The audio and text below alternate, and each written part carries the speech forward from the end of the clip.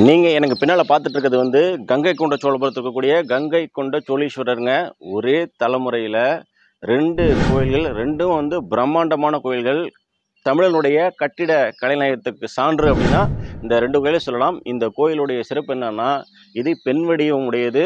இந்த கோபுர கலசம் வந்து 7 அடி உயரம். அதற்கு கீழே இருக்க கல் இருக்குது பாருங்கள், கப் ஷேப்பில் இருக்கும் பாருங்கள். இந்த கல் வந்து ஒரே கல்லால் ஆனது.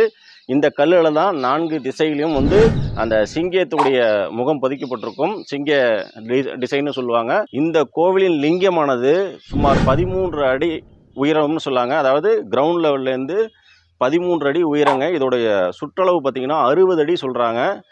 பிரம்மாண்டமான சிவலிங்கம் இந்தியாவில் அப்படின்னா இதுதான் அப்படின்னு சொல்லலாம்.